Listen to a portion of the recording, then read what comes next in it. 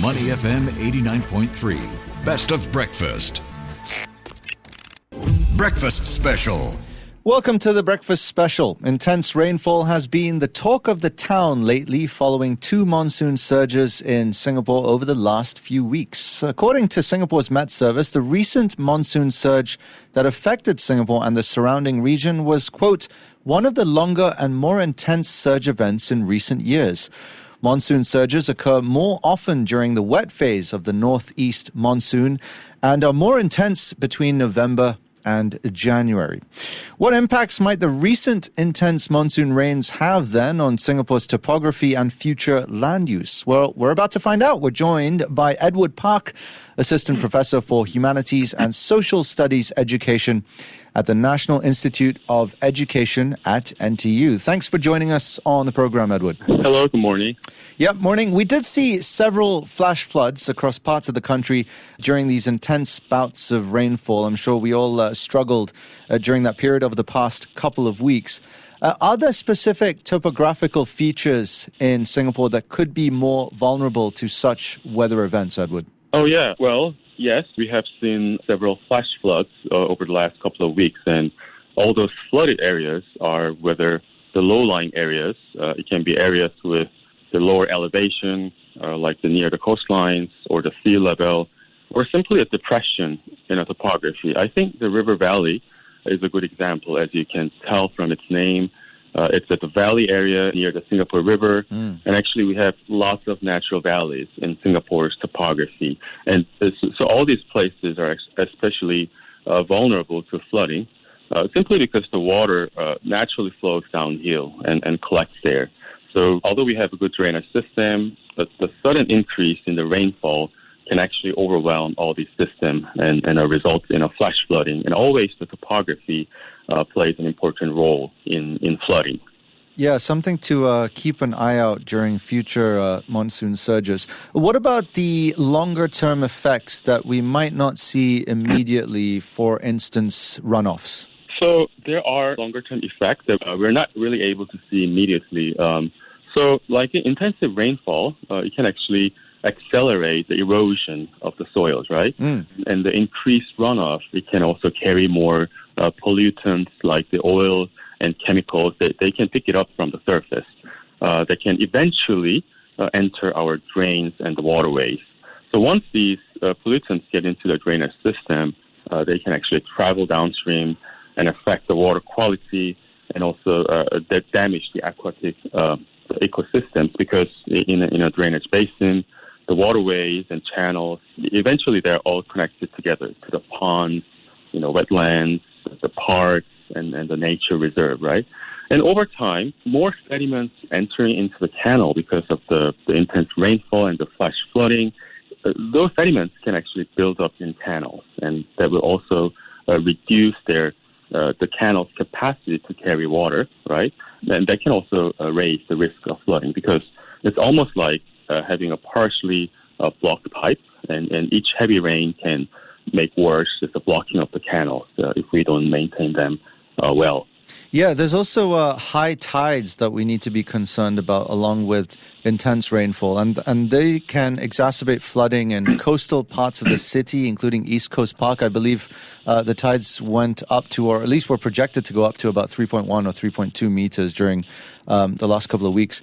Now, given Singapore's geographical location, how do you think these combined events could impact the long-term viability of certain land use practices, especially in low-lying or coastal areas that could be under a bit more threat? Well, yeah, that's true. So when we have the high tide and when it coincides with the heavy rain, the simply water cannot drain out to the sea quickly, right? Leading to the backflow.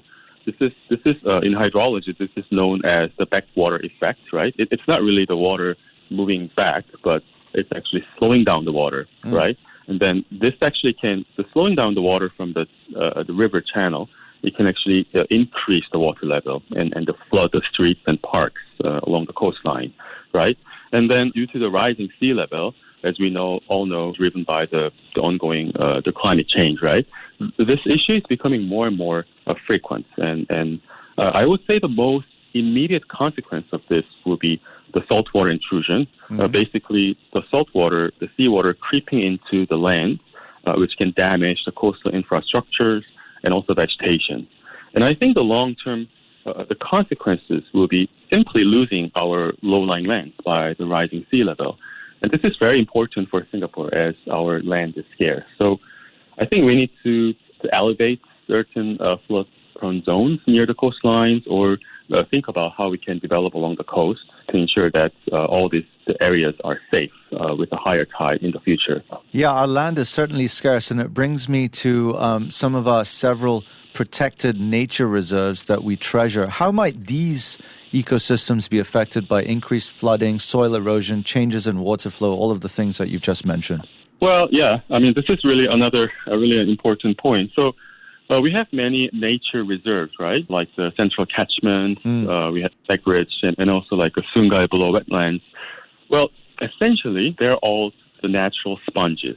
So they actually soak up the water and store the extra rainwater and help reduce the flooding downstream.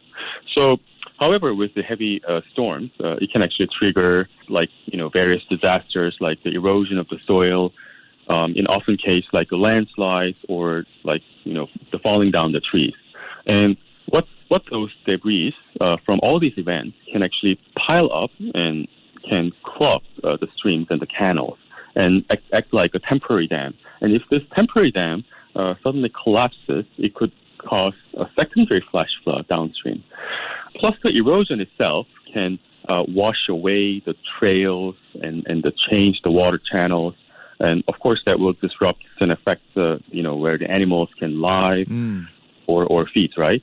And also, if the sediment accumulates in wetlands and the reservoir, I think this is an important point. Simply, it's going to reduce the volume of depression in topography. So this is the capacity of the water storage of all this, the reservoir and the wetlands. So less volume of the water can be stored in the sediments accumulated wetlands and reservoir. This is called the siltation. And of course, this will naturally reduce the wetlands' ability to absorb the flood water. So the high rainfall and the flooding can also harm the water quality because the flood water is usually turbid water. I'm sure all of you have seen, the brownish murky water when it rains, right? In canals in Singapore.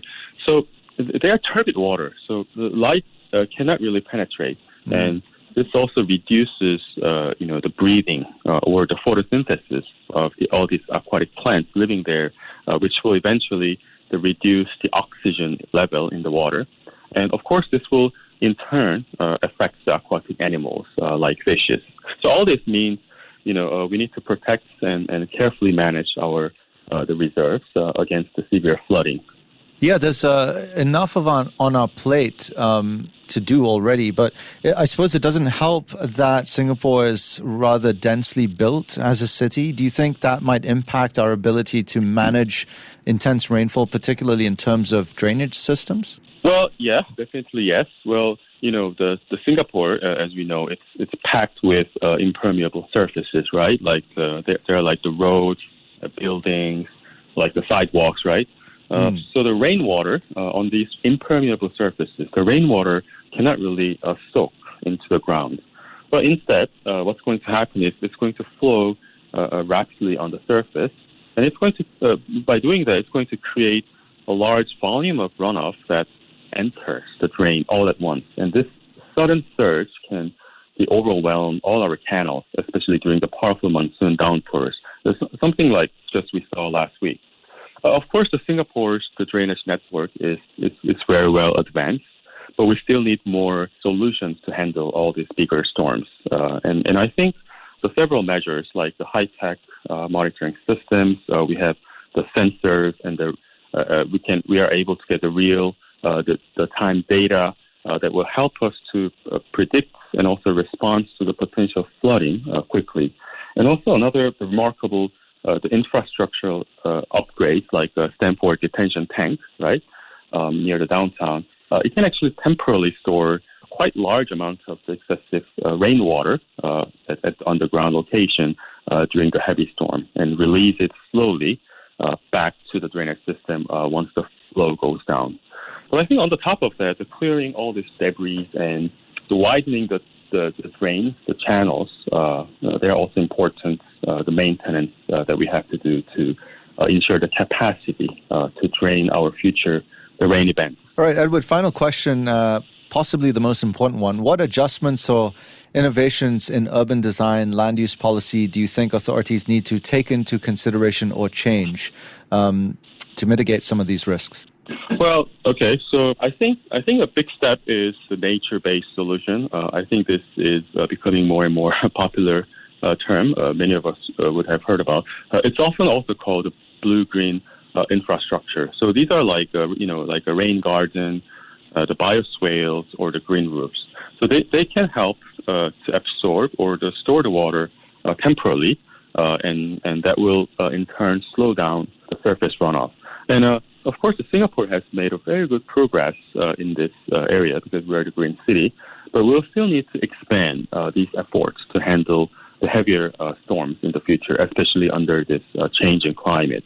I think another is the planning a new development with a higher elevation and the drainage capacity in mind, so we're better prepared for the heavier rains in the future. And regarding the pollution controls on the policy side, if we can have a strong pollution control measures, it can also reduce how much debris and the chemicals will wash into our canals through the surface runoff during the flooding events. But ultimately, we need balanced approaches to combining all these engineering upgrades like bigger drains or the seawalls with the nature-based methods, which I just talked about, to create more flexible and a robust flood management system. All right, plenty to do in very little time. Edward Park, thank you so much for joining us this morning. Thank you. He is the Assistant Professor for Humanities and Social Studies Education at the National Institute of Education at NTU. And you're listening to Money FM 89.3. To listen to more great interviews, download our podcasts at audio.sg or download the audio app. That's AWEDIO, audio at the App Store and Google Play.